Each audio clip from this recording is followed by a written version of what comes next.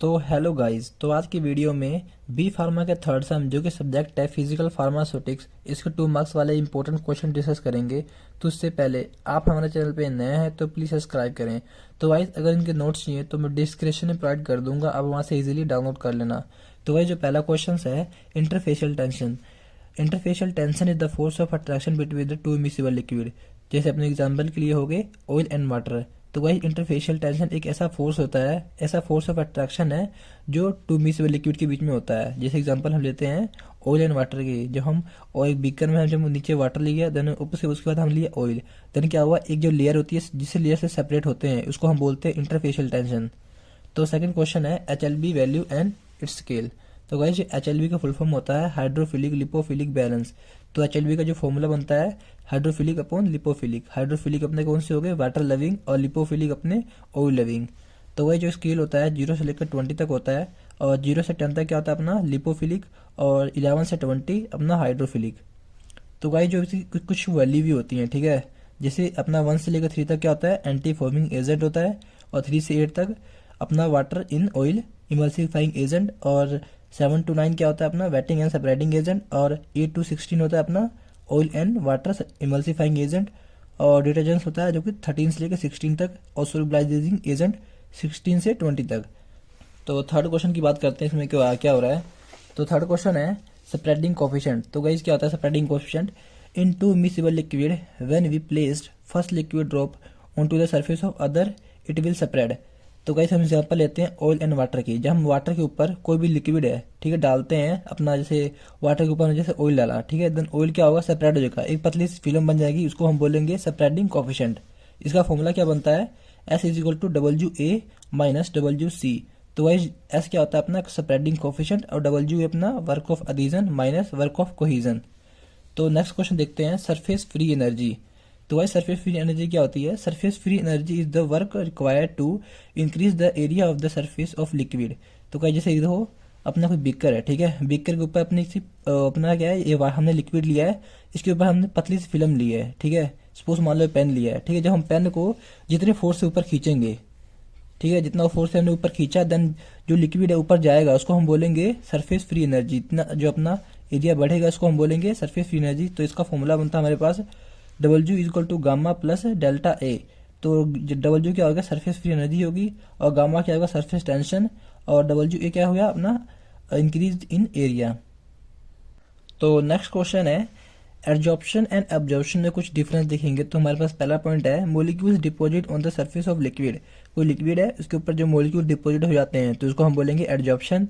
और जैसे एब्जॉर्प्शन में क्या होगा, कोई अपना लिक्विड है और जो पार्टिकल्स हैं इसके अंदर क्या होते हैं, मिक्स हो जाते हैं, या इसके अंदर क्या होते हैं, ऑब्जॉर्व हो जाते हैं, तो उसको हम बोलेंगे एब्जॉर्प्शन। तो सेकंड पॉइंट है molecules settle down on the surface. इसमें जो मोलिक्यूल्स होते हैं वो सरफेस के ऊपर आ जाते हैं, ठीक है। जैसे अपना लिक्विड है, अपने मोलिक्यूल ना सरफेस के ऊपर आ गया ना, तो उसको हम बोलेंगे एब्जॉर्प्शन। और इसमें जो मोलिक्यूल्स होते हैं अपने मिक्स हो जाते हैं अंदर अंदर। और इसमें थर्ड पॉइंट है surface tension and surface free energy decrease. और इसमें क्या होगा, surface tension and surface free energy इसमें क्या होगी, इंक्रीज होगी। तो नेक्स्ट क्वेश्चन हम देखते हैं, इंटरफेशियल टेंशन देख लिया था, अब उस मेथड की बात करते हैं। इसमें कौन कौन से मेथड हैं जिसके द्वारा हम जो इंटरफेशियल टेंशन को मेजर कर सकते हैं। तो हमारे पास पहला मेथड है फोर्स ट्रांसोमीटर, और सेकंड मेथड है ड्यू नोवी रिंग मेथड, और थर्ड मेथड है विलुई माई प्लेट मेथड। तो हम नेक्स्ट क्वेश्चन बात करते हैं, जो कि अपना डिफरेंस है फिजिकल एब्जॉर्प्शन में और केमिकल एब्जॉर्प्शन में। तो गाइस, हम जो फिजिकल एब्जॉर्प्शन है इसे हम फिजियोजॉर्प्शन भी बोल सकते हैं, और जो केमिकल एब्जॉर्प्शन है उसे हम कीमोजॉर्प्शन भी बोल सकते हैं।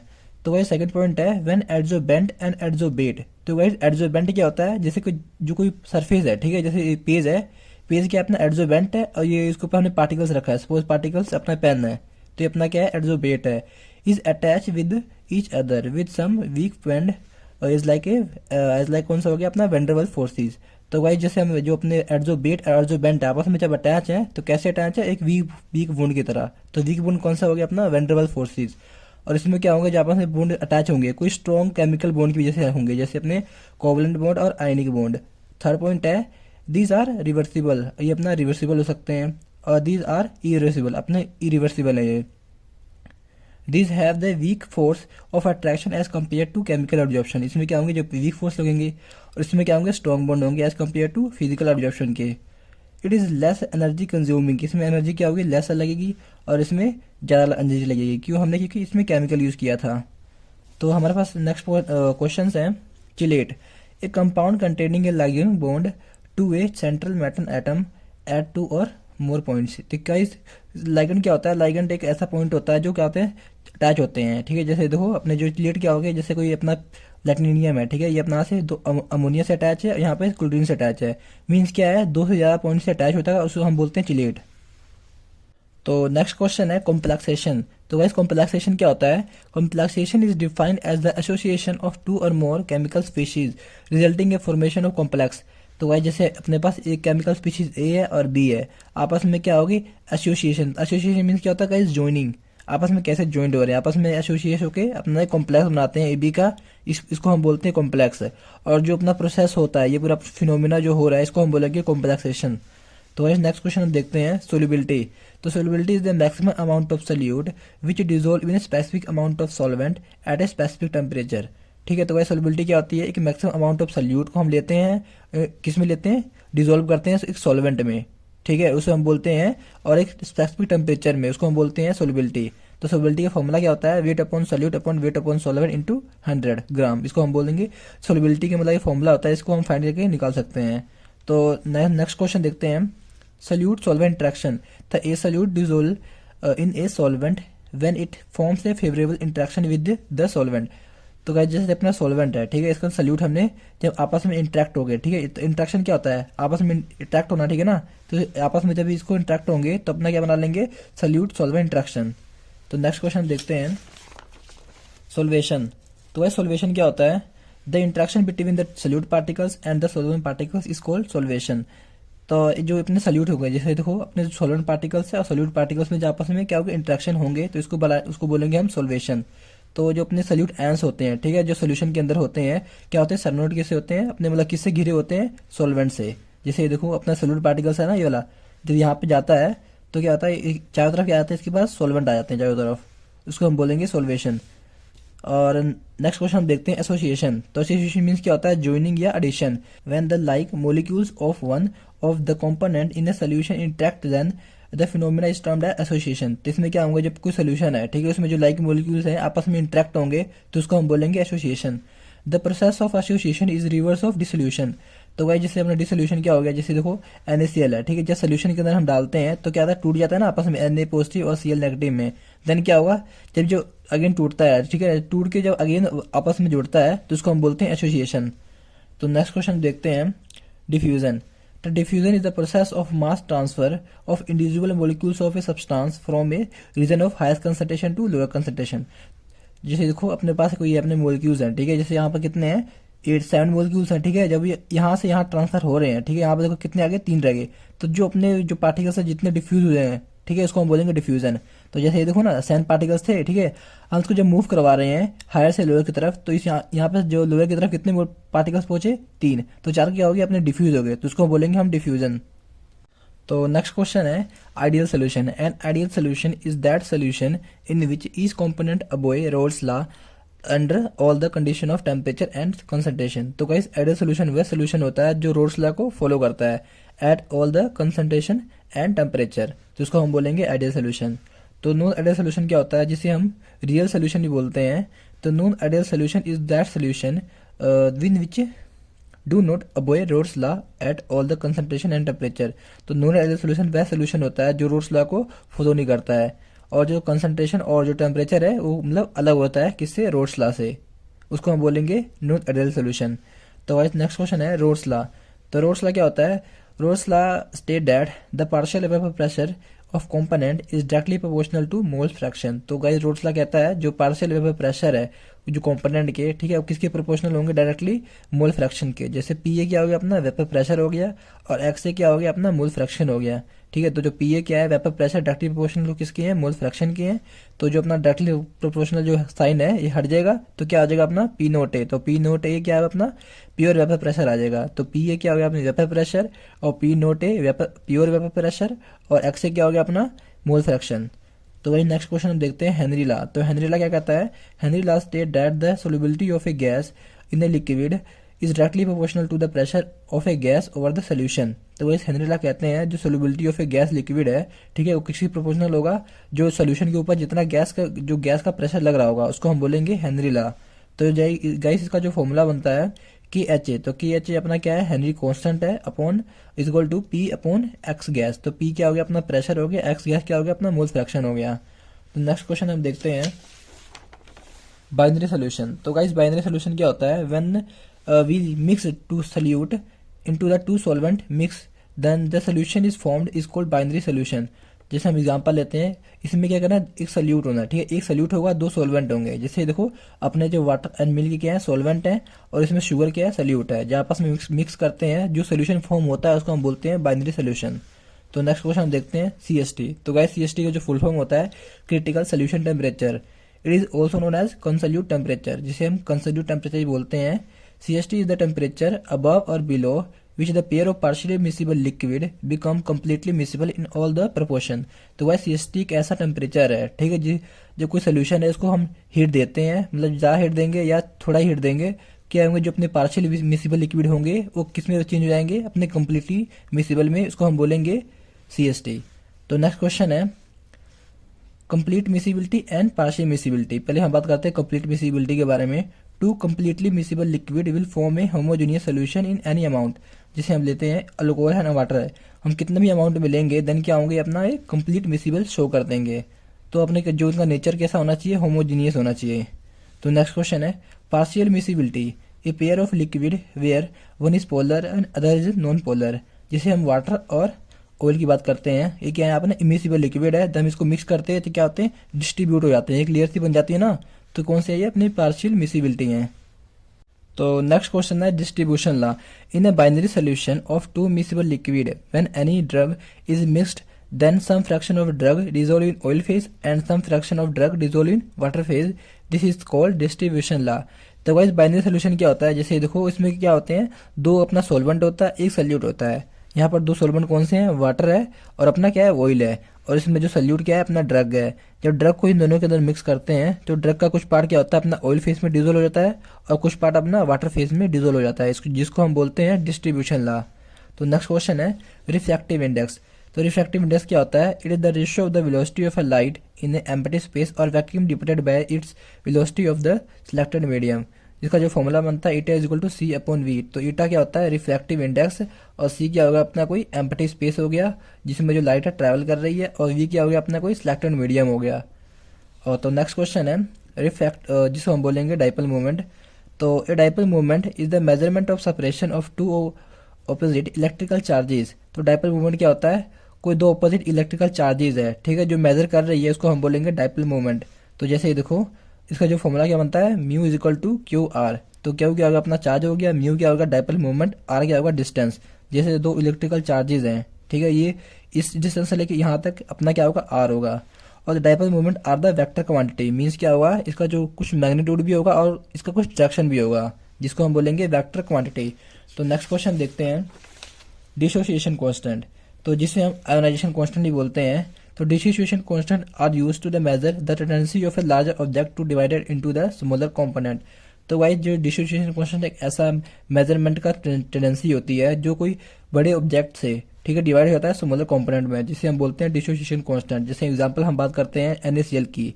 तो ये कोई सोल्यूशन होता है, ठीक है, जब NaCl डालते हैं देन क्या होता है Na पॉजिटिव और Cl नेगेटिव में टूट जाता है, जिसे हम आयंस बोलते हैं, जिसे इस डिसोसिएशन कांस्टेंट को इसलिए हम आयोनाइजेशन कांस्टेंट भी बोल सकते हैं। तो नेक्स्ट क्वेश्चन है लेटेंट हीट। तो लेटेंट हीट क्या होता है, the heat required to convert a solid into the liquid और वेपर और a liquid into the vapour without change of temperature. जैसे एल क्या हुआ लेटेंट हीट हो गया, और क्या हो गया क्यू अपना एनर्जी, जितना एनर्जी रिलीज हुआ है या ऑब्जॉर्ब हुआ है, एम क्या हो गया मास हो गया। तो वैसे हम बात करते हैं एग्जाम्पल के लिए, जैसे कोई आइस हो गया, ठीक है, आइस है ना अपना बर्फ है, इसको हम कॉन्स्टेंट टेम्परेचर में रखते हैं, रूम टेम्परेचर में रखा, देन क्या हो गया अपना लिक्विड में चेंज हो गया, जिसे हम बोलेंगे लेटेंट हीट का एग्जांपल है, ठीक है, इससे हम बोलेंगे लेटेंट हीट। तो नेक्स्ट क्वेश्चन है vapour pressure. Vapour pressure is defined as the pressure exerted by the vapour present above the liquid. तो जैसे देखो अपना कोई लिक्विड है, ठीक है, लिक्विड को हम जब बॉईल कर रहे हैं, जो गैस अपने निकल रहे हैं, ठीक है, ऊपर से जो वेपर प्रेशर लगा रहे हैं उसको हम बोलेंगे वेपर प्रेशर। तो नेक्स्ट क्वेश्चन है सब्लिमेशन, तो सब्लिमेशन क्या होता है? Sublimation is the process in which any solid is directly converted into A gas without convert a liquid. तो जैसे हम एग्जांपल के लिए बात करते हैं कैम्फर, कैम्फर क्या है? कपूर हो गया, ठीक है। कपूर को क्या होता है, जब हम हीट प्रोवाइड करते हैं देन क्या होता है, अपना अपना गैस में चेंज हो जाता है, ठीक है। जिसे क्या हो गया, अपना एक सब्लिमेशन का एग्जाम्पल हो गया, जिसे हम बोलेंगे सब्लिमेशन। तो नेक्स्ट क्वेश्चन है eutectic mixture. It is a mixture in which two solid particles mix together and reduce their melting point and converted into the liquid at a room temperature.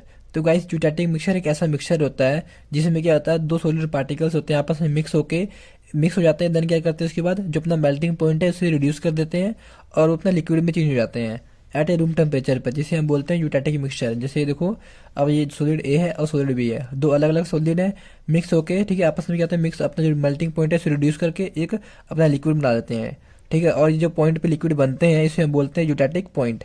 तो next question है aerosols.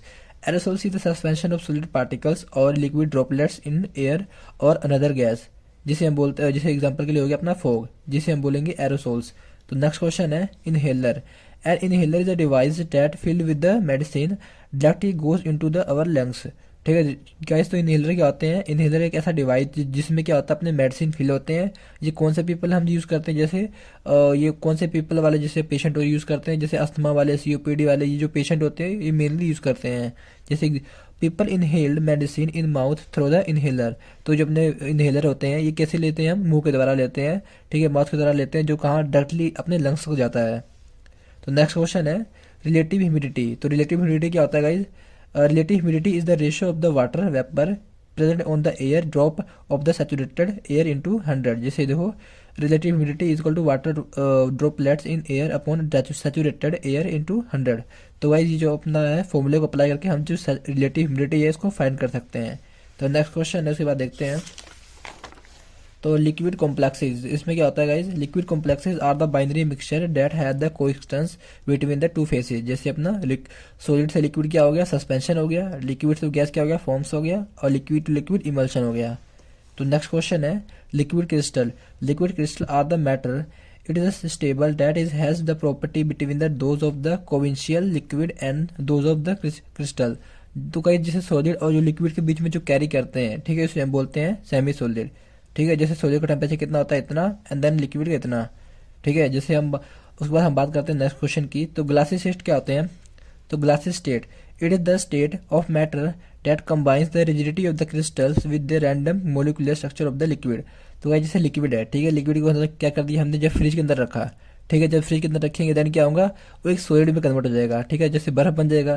Then क्या होंगे, जो बर्फ है निकालेंगे, then again रखेंगे, ठीक है, फिर निकालेंगे, फिर रखेंगे, मतलब इसको एक ऐसे स्टेट में लेके आना बहुत ज़्यादा स्ट्रॉन्ग हो जाए, जिसे हम बोलेंगे ग्लासी स्टेट, ठीक है। जैसे लिक्विड को पहले हम फ्रिज के अंदर रखेंगे, देन फ्रिज के अंदर हम जब रखेंगे तो क्या होगा, अपना आइस में कन्वर्ट हो जाएगा। देन आइस को निकालेंगे, देन अगेन रखेंगे, फिर अगेन रखेंगे, मतलब 2-3 बार ऐसा प्रोसेस करते रहेंगे।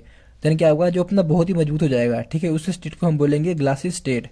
तो नेक्स्ट क्वेश्चन है पोलीमॉर्फिज्म। These are those solid which has the ability to change their forms according to their situation।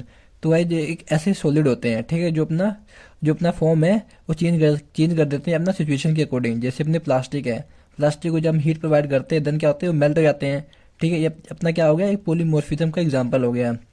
तो नेक्स्ट क्वेश्चन है सॉलिड स्टेट। तो solid state is the state of matter in which the particles are packed tightly। the constituent particles can be form atoms और solid। तो इसमें क्या होंगे, जो अपने पार्टिकल्स होंगे, ठीक है, क्या होंगे, टाइटली पैक होंगे एक दूसरे से, जिसे हम बोलेंगे सॉलिड स्टेट। तो नेक्स्ट क्वेश्चन है crystalline solid. Crystalline solid are the solid in which the atoms, ions और molecules that make up to the solid exist a regular और वेल डिफाइंड अरेंजमेंट।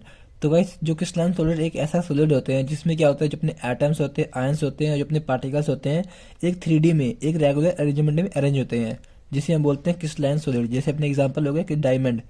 तो गाइस हम बात करते हैं नेक्स्ट अमोर्फस सॉलिड के बारे में। तो amorphous solid is that in which the constituent particles do not possess a regular 3D arrangement. तो गाइस इसमें क्या होते हैं, जो अपने अमोर्फस सॉलिड में जो अपने पार्टिकल्स होते हैं, जो अपने आयंस होते हैं, जो अपने एटम्स होते हैं, इसमें जो अपने रेगुलर अरेंजमेंट में मीन्स क्या होंगे, इतने 3D में अरेंज नहीं होते हैं, जिसे हम बोलते हैं अमोर्फस सॉलिड। एग्जांपल के लिए होगा अपना ग्लास, प्लास्टिक और वैक्सीज। तो नेक्स्ट क्वेश्चन है सोल्युबलाइजेशन। तो सोल्युबलाइजेशन क्या होता है, it is a process the increase the solubility of A poorly water soluble substance which with the surfactant. तो इसमें क्या होंगे, जो सोलुबलाइजेशन एक ऐसा प्रोसेस होता है जिसमें क्या होंगे, जो सोलिबिलिटी को इंक्रीज कर देते हैं, ठीक है, कोई अपने जो पुअरली वाटर सोल्युबल होंगे उससे क्या होंगे, इंक्रीज कर देंगे विद द सर्फेक्टेंट के साथ, जिसे हम सरफेस एक्टिंग एजेंट ही बोलते हैं। तो नेक्स्ट क्वेश्चन है detergency. It is the process in which dirt remove from the surface with the help of detergents. तो गाइस आपने यूज ही किया होगा घर में घड़ी, सर्फ एक्सल, तो ये क्या है, अपने डिटर्जेंट्स हैं, ठीक है। तो कोई अपने पार्टिकल जो अपने डर्ट्स है, ठीक है, रिमूव हो जाते हैं कोई सरफेस के ऊपर with the help of detergents, जिसे हम बोलते हैं डिटर्जेंसी। तो जो अपने डिटर्जेंट्स होते हैं वो किससे बने होते हैं, अपने सर्फेक्टेंट से बने होते हैं। तो नेक्स्ट क्वेश्चन है सर्फेक्टेंट्स। तो it is also known as the surface acting agent. These are those agents which reduce the surface tension and interfacial tension between the two liquids। को दो लिक्विड के बीच में जो अपना इंटरफेशियल टेंशन और surface tension होता है, ठीक है, उसको रिड्यूस कर देते हैं, उसको हम बोलते हैं सर्फेक्टेंट। तो नेक्स्ट है एडजॉर्प्शन ऑफ लिक्विड सरफेस। इसमें क्या होता है, adsorption of is defined as the deposition of some molecules और ions onto the surface of so liquid. तो इसमें क्या होंगे, जो अपने लिक्विड होगा, ठीक है, लिक्विड के ऊपर जो अपने आयंस होंगे, एटम्स होंगे और अपने जो मॉलिक्यूल्स होंगे, ठीक है, इसके सरफेस के ऊपर रह जाएंगे, जिसे हम बोलेंगे एडजॉर्प्शन ऑफ लिक्विड सरफेस। वो लिक्विड के सरफेस के ऊपर रह रहे हैं, ठीक है, जो पॉल के पार्टिकल्स, जिसे हम बोलेंगे एडजॉर्प्शन ऑफ लिक्विड सरफेस। तो एडजॉर्प्शन क्या होता है, कोई पार्टिकल्स के मतलब कोई किसी चीज़ के ऊपर रहना, ठीक है, अपना एडजॉर्प्शन है, और ये अपने लिक्विड के ऊपर हो रहा है, तो इसको हम बोलेंगे एडजॉर्प्शन ऑफ लिक्विड सरफेस। तो नेक्स्ट क्वेश्चन है adsorption at a solid interface. इसमें क्या होते हैं, when the material deposit on the surface of solid is called the adsorption at solid interface. इसमें क्या होंगे, जो अपने पार्टिकल्स होंगे, जैसे देखो अपने सॉलिड है, सॉलिड के ऊपर जो पार्टिकल्स होंगे, जो अपने मटेरियल्स होंगे, ठीक है, जो अपने मटेरियल्स होंगे इसे बोलेंगे एडजॉर्बेंट, और जो अपने जिस प्रोसेस हो रहा होगा, ठीक है, वो अपना क्या होगा, एडजॉर्बेट होगा, एडजॉर्बेंट होगा, और अपना एडजॉर्बेट होंगे, ठीक है। तो नेक्स्ट क्वेश्चन है protein binding. The phenomena of a complex formation of a drug with the protein is called the protein binding.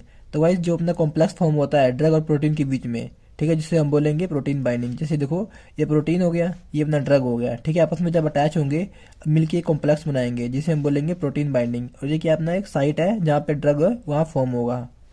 तो नेक्स्ट क्वेश्चन है एड्जोबेट एंड एड्जोबेंट। तो हम बात करते हैं पहले एड्जोबेट के बारे में। The material which deposit on the surface of a solid is called the adsorbate. तो भाई जैसे अपना कोई ये है, ठीक है, इसको सपोज मान लो अपना पेज है, ठीक है, पेज के ऊपर हमने ऊपर रखा है पार्टिकल्स, ठीक है, तो इसको हम बोलेंगे एड्जोबेट। और एड्जोबेंट कैसे बोलेंगे, the material on whose surface of a process take place is called the adsorbent. और जैसे देखो अपना ये पेज है, ठीक है, इसको पेज को बोलेंगे एड्जोबेंट, और जो पार्टिकल्स ऊपर रहेंगे पेज के ऊपर, ठीक है, उसको हम बोलेंगे एड्जोबेट। और ये अपना क्या हो गया, पेज अपना एड्जोबेंट हो गया, और अपना पेन क्या हो गया, एड्जोबेट हो गया।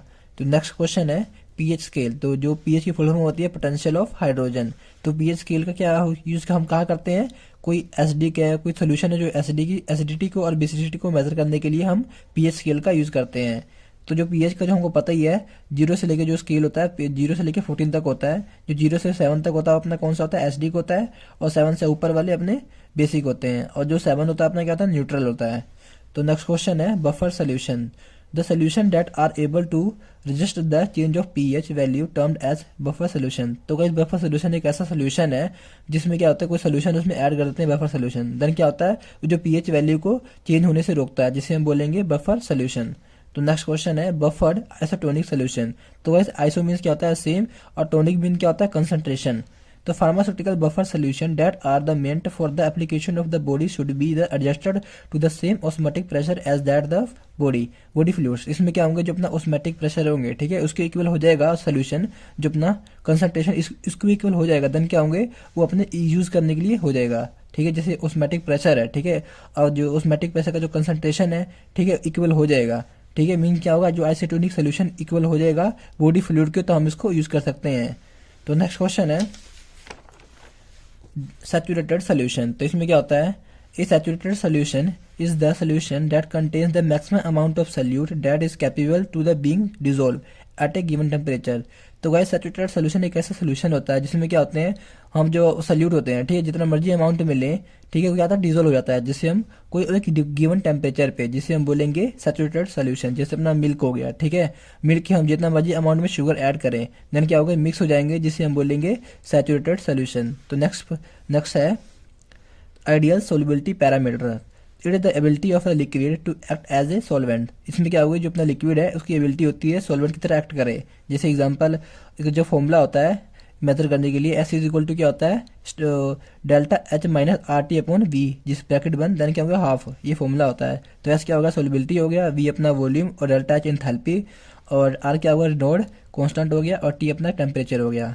तो नेक्स्ट क्वेश्चन है buffer capacity, the amount of acid और base that must be added to the buffer to produce a unit of change of pH. तो इसमें क्या होंगे, जो अपना कोई अमाउंट में जो हम एसिड है, जितना मर्जी अमाउंट में हम थोड़ा थोड़ा अमाउंट में हम एसिड या बेस ऐड करते हैं, देन क्या होंगे, जो अपना बफर सोल्यूशन होगा, जितना भी चेंज होगा, जितना मतलब यूनिट में अपना चेंज हुआ है, ठीक है, उसको हम बोलेंगे बफर कैपेसिटी।